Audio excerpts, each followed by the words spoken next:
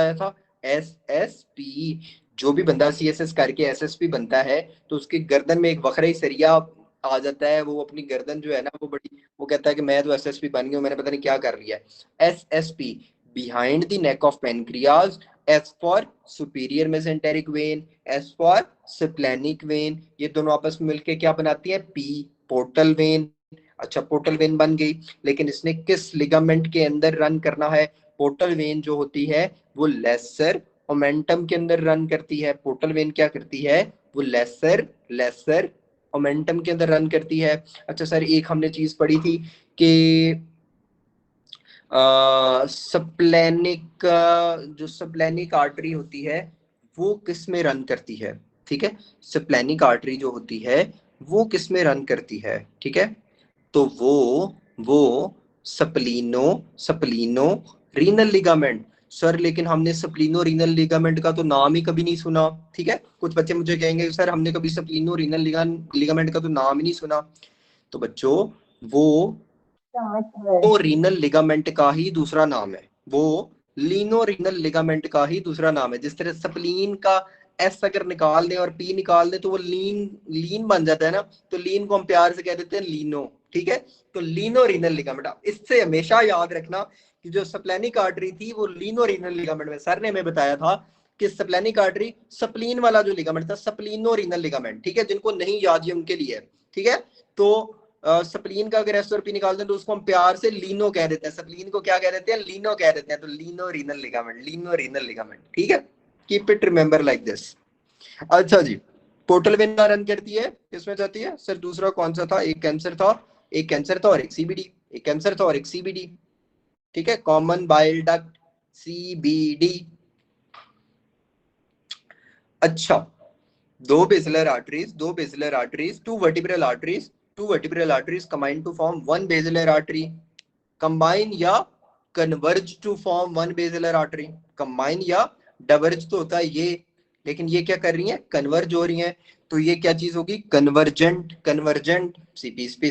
CPSP so kind, इतने आसान MCQs दे दिए इसने। Someone is saying page number, MCQ number. अच्छा जी, 263 पेज नंबर, MCQ नंबर 47। ठीक है, decrease in size of uterus after 10 days of delivery is 5 to 10 gram. What would be after 6 to 8 weeks?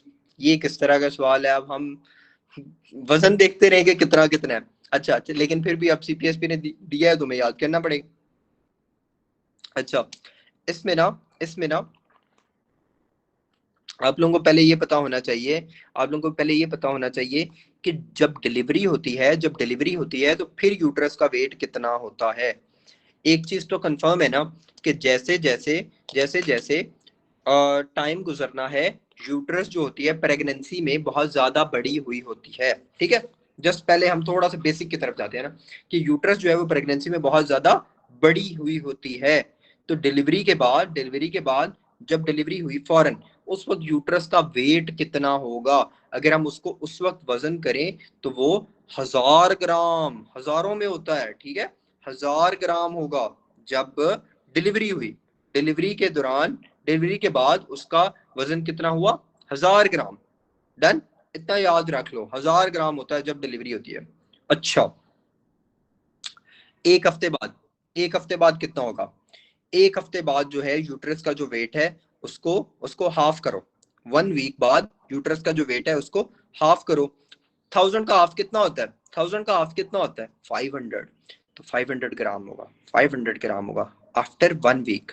ठीक है, अच्छा, उसके बाद 2 हफ्ते बाद कितना होगा? 2 हफ्ते बाद उसको आप हाफ से थोड़ा सा ज्यादा रख लो, हाफ से थोड़ा सा ज्यादा रख लो। जिस तरह 500 है ना, तो 500 का हाफ कितना होता है? 250। तो उसको आप 300 से 350 तक रख लो, 300 से 350 तक रख लो। ठीक है, अच्छा सर ऐसा हमने क्यों किया? ठीक है सर, ऐसा हमने क्यों किया? क्योंकि बच्चों हम जो है ये जो सेकंड वीक है इसको हम सेकंड टू थर्ड वीक ले लेते हैं। इस वजह से हम दोनों वीक्स में ना, वैसे तो हमने हाफ ही करना था, लेकिन हम इसको क्या करते हैं? सेकंड टू थर्ड वीक ले लेते हैं। थर्ड वीक में बेसिकली इतना ही होता है जितना सेकंड वीक में होता है, तो इस वजह से हमने उसको हाफ से थोड़ा सा ऊपर रखा। ठीक है, अब इससे आपको ये बात भी याद हो गई कि सेकंड वीक में कितना होता है, इससे आपको ये बात भी याद होगी कि थर्ड वीक में कितना होता है, और इससे आपको ये बात भी याद हो गई कि हमने इसके बाद डायरेक्ट फोर्थ वीक की वैल्यू याद करनी है। ठीक है, इससे आपको ये भी पता हो गया कि इसके बाद हमने फोर्थ वीक की वैल्यू याद करनी है। ये थोड़ा सा ना मुश्किल है, लेकिन हम इंशाल्लाह याद करेंगे। अच्छा, फोर्थ वीक में कितनी होती है?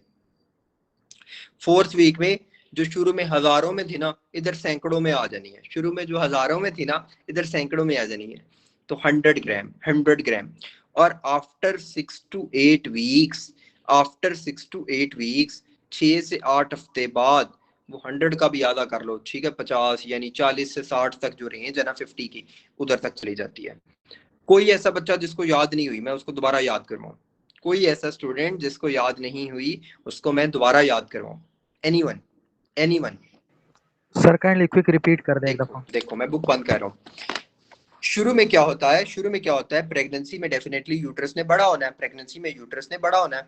डिलीवरी के फौरन बाद वो हजारों में उसकी तादाद होगी, 1000 ग्राम होती है, 1000 ग्राम, 1000 ग्राम, हजारों में, हजारों में।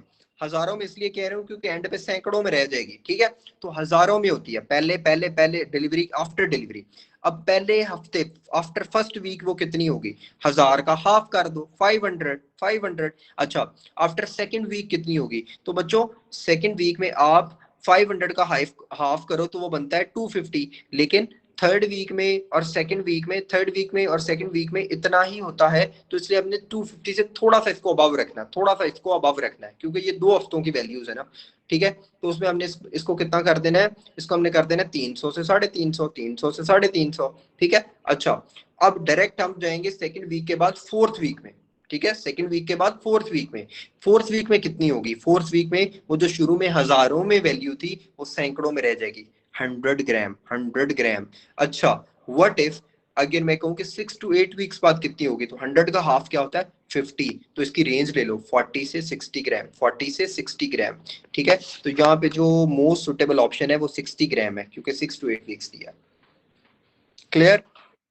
Clear? Feature of acid fast bacilli in TB is, acid fast bacilli का जो फीचर है टीबी में वो क्या होता है? माइकोलिक एसिड होता है। माइकोलिक एसिड बार बार रिपीटेड है। Patient after RT had severe blood loss, no urine output, 3 days. Patient failed to have urine output. Biopsy shows cortical necrosis, severe acute tubular necrosis. What is the cause? ठीक है, जब भी ये cortical necrosis, acute tubular necrosis हो तो ये irreversible injury होती है, इसको reverse नहीं कर सकते। Optical canal contains which of the following? Optical canal के अंदर क्या होती है? ठीक है, ऑप्टिकल कैनाल के अंदर ऑप्टिक नर्व होती है। ऑप्टिक नर्व के अलावा क्या चीज होती है? ऑप्थेल्मिक आर्टरी होती है। ऑप्थेल्मिक आर्टरी के अलावा क्या चीज होती है? बाकी उसमें वो सिंपैथेटिक नर्व्स वगैरह होती हैं, और कुछ भी नहीं होता।